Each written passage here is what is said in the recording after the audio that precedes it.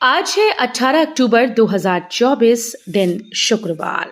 नमस्कार, जय जोहार। चलिए देखते हैं झारखंड की 25 फटाफट बड़ी खबरों को। पर इससे पहले आप वीडियो को कहां से देख रहे हैं, कमेंट में बताना बिल्कुल न भूलें। झारखंड की 43 सीटों पर आज नामांकन, सुबह 11 बजे से होगा नॉमिनेशन। झारखंड के सीईओ के रवि कुमार ने कहा कि पहले चरण में 43 विधानसभा सीटों के लिए नामांकन आज शुरू हो जाएगा। नामांकन की आखिरी तारीख 25 अक्टूबर है। प्रत्याशी सुबह 11 बजे से 3 बजे तक नामांकन कर सकेंगे। अवकाश के दिन नामांकन नहीं होगा। मुख्यमंत्री मैया सम्मान योजना से सैकड़ों महिलाएं वंचित। मुख्यमंत्री मैया सम्मान योजना के तहत अगस्त की आर्थिक सहायता राशि 1,000 रुपए आपके खाते में भेज दी गई है। हेमंत सोरेन माननीय मुख्यमंत्री झारखंड सरकार। ऐसा मैसेज कई मां बहन बेटियों के मोबाइल की शोभा बढ़ा रहे हैं, लेकिन उनके खाते में अब तक उक्त योजना की एक किश्त भी नहीं गई है।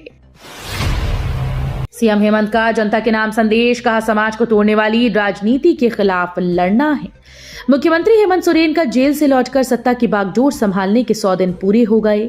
इस मौके पर उन्होंने सोशल मीडिया के जरिए एक संदेश जारी किया। सीएम ने लिखा कि चुनाव आयोग ने झारखंड में विधानसभा चुनाव की घोषणा कर दी है। विधानसभा चुनाव में हमें भाजपा और विपक्ष के धनतंत्र, झूठ, साजिश और समाज को तोड़ने वाली राजनीति के खिलाफ मिलकर लड़ना है। पूर्व सीएम चपई सोरेन ने 8 लाख युवाओं को नौकरी देने का किया वादा। झारखंड विधानसभा चुनाव की तारीखों का ऐलान हो चुका है। इसके साथ ही प्रदेश का सियासी पारा भी चढ़ गया।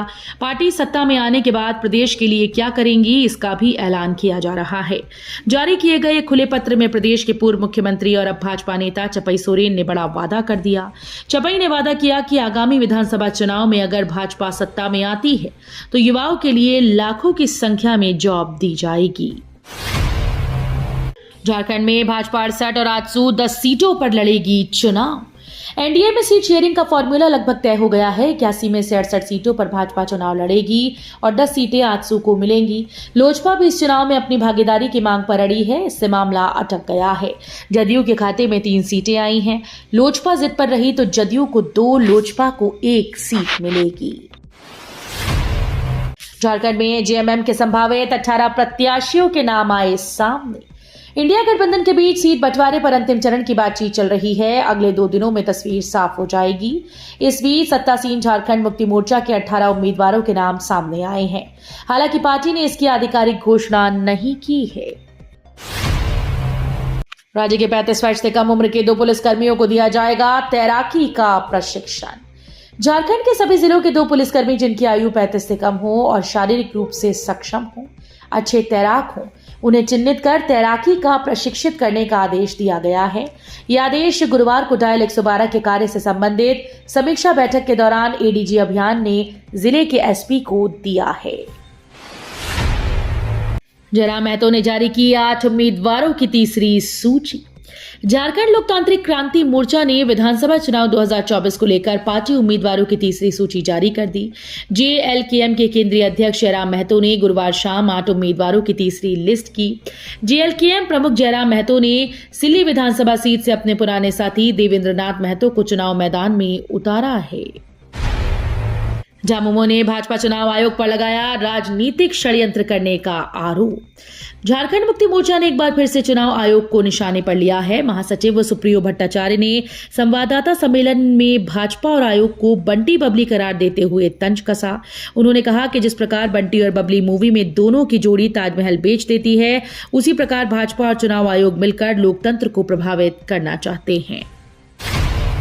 राहुल तेजस्वी आ रहे रांची, जेएमएम के साथ सीट बंटवारे पर होगी डील। झारखंड में सत्तारूढ़ गठबंधन में सीटों की हिस्सेदारी को लेकर आज बैठक होगी। बैठक में शामिल होने के लिए तेजस्वी यादव भी रांची आ गए हैं। कांग्रेस और वाम दलों के नेता भी बैठक में उपस्थित रहेंगे। बैठक मुख्यमंत्री हेमंत सोरेन के साथ होगी। दक्षिण पश्चिम बंगाल की खाड़ी में लो डिप्रेशन, आज से बारिश के आसार। दक्षिण पश्चिम बंगाल की खाड़ी में लो डिप्रेशन का असर झारखंड में दिख रहा है। कहीं काले बादल छाए हैं तो कहीं बारिश हो रही है। आज भी संताल परगना और कोल्हान प्रमंडल में बारिश के आसार हैं। इसके बाद लो डिप्रेशन के कमजोर होने की वजह से मौसम साफ हो जाएगा। सीटों पर नाम तय होते ही दलों में फिर मचेगी भगदड़। बीजेपी ने बनाया ये प्लान। विधानसभा चुनाव की आधिकारिक घोषणा होने के साथ ही अब सत्तारूढ़ झारखंड मुक्ति मोर्चा के नेतृत्व वाले गठबंधन से लेकर भाजपा तक में टिकट्स की घोषणा की प्रतीक्षा है। इस प्रक्रिया में दोनों खेमे से कुछ सीटिंग विधायकों का नाम कटना तय माना जा रहा है। रघुवर दास की बहू पूर्णिमा दास लड़ेंगी चुनाव, गोलगप्पे के साथ छुपा है इशारा। झारखंड में जल्दी होने वाले विधानसभा चुनाव के लिए जमशेदपुर पूर्वी सीट से कौन उतरेगा, इस पर अभी सस्पेंस बरकरार है। चर्चाओं के बीच पूर्व मुख्यमंत्री रघुवर दास की बहू पूर्णिमा दास का एक सोशल मीडिया पोस्ट खूब सुर्खियां बटोर रहा है। इस पोस्ट में पूर्णिमा अपनी सास के साथ गोलगप्पे खाते नजर आ रही हैं और चुनावी माहौल का जिक्र करते हुए लोगों से उस जगह का नाम पूछ रही हैं। कांग्रेस का घोषणा पत्र तैयार, सहयोगी दलों से चर्चा के बाद जारी किया जाएगा। प्रदेश कांग्रेस का विधानसभा चुनाव घोषणा पत्र तैयार कर लिया गया है। अब इसे सहयोगी दलों के साथ चर्चा की जाएगी ताकि सहयोगी दलों के घोषणा पत्र में एक रूपता बनी रहे। इसके बाद शीर्ष नेतृत्व से चर्चा कर अंतिम रूप देने के बाद तिथि तय कर घोषणा पत्र जारी किया जाएगा। यूजीसी नेट रिजल्ट ugcnet.nta.ac.in पर जारी। यूजीसी नेट रिजल्ट का इंतजार खत्म हो गया। एनटीए की ओर से यूजीसी नेट एग्जाम का रिजल्ट जारी कर दिया गया। अभ्यर्थी एनटीए की आधिकारिक वेबसाइट पर अपना रिजल्ट चेक कर सकते हैं। बता दें कि परिणाम के साथ सब्जेक्ट वाइज कट ऑफ भी जारी किया गया। नीरज सिंह मर्डर केस के आरोपी डब्ल्यू मिश्रा को मिली जमानत। धनबाद के high profile Neeraj Singh murder case के आरोपी डब्ल्यू मिश्रा को हाईकोर्ट ने गुरुवार को जमानत दे दी। जस्टिस राजेश कुमार की अदालत ने डब्ल्यू मिश्रा को जमानत प्रदान की। डब्ल्यू मिश्रा के वकील मोहम्मद जावेद ने बताया कि पूर्व विधायक संजीव सिंह की भी जमानत अर्जी कोर्ट में लगी हुई है। झारखंड में भी बढ़ रही लॉरेंस बिश्नोई गैंग की सक्रियता। झारखंड में भी लॉरेंस बिश्नोई गैंग की सक्रियता बढ़ती जा रही है। इस बात की पुष्टि तब हुई जब बीते 27 सितंबर को लॉरेंस बिश्नोई गैंग से जुड़े हरियाणा के रहने वाले दो शार्प शूटर लातेहार में एक समाजसेवी की हत्या करने पहुंचे थे। हालांकि घटना को अंजाम देने से पहले ही पुलिस ने दोनों को गिरफ्तार कर लिया था। झारखंड में भाजपा नेता के घर घुसे दर्जनों डकैत, केवल 500 रुपए लूटकर भागे। झारखंड के धनबाद के महुदा में भाजपा के जिला महामंत्री धनेश्वर महतो व कांड्रा पंचायत के मुखिया रिंकू देवी के घर में दर्जनों की संख्या में आए अपराधियों ने डकैती का प्रयास किया।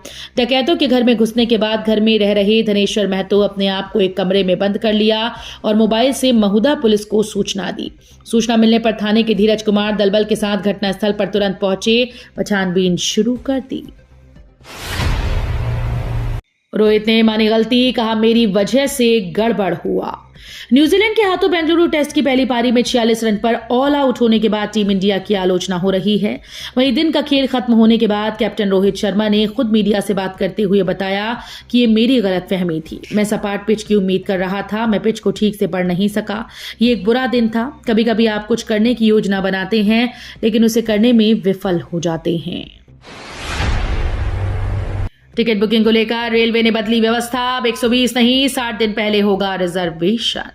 रेलवे यात्रियों के लिए बड़ी खबर है। रेलवे ने फैसला किया कि अब यात्री यात्रा करने से 60 दिन पहले ही टिकट बुक कर सकेंगे। पहले ये सुविधा 120 दिनों की थी, यानी यात्रा करने से 120 दिन पहले टिकट बुक कर सकते थे, लेकिन अब ये सीमा 120 दिन से घटाकर 60 दिन कर दी गई है। बांग्लादेश के सीने पर चढ़कर भारत ने खेला दांव, अब दुनिया में जमेगी धाक। कहते हैं कि एक का नुकसान दूसरे के लिए फायदा बन जाता है।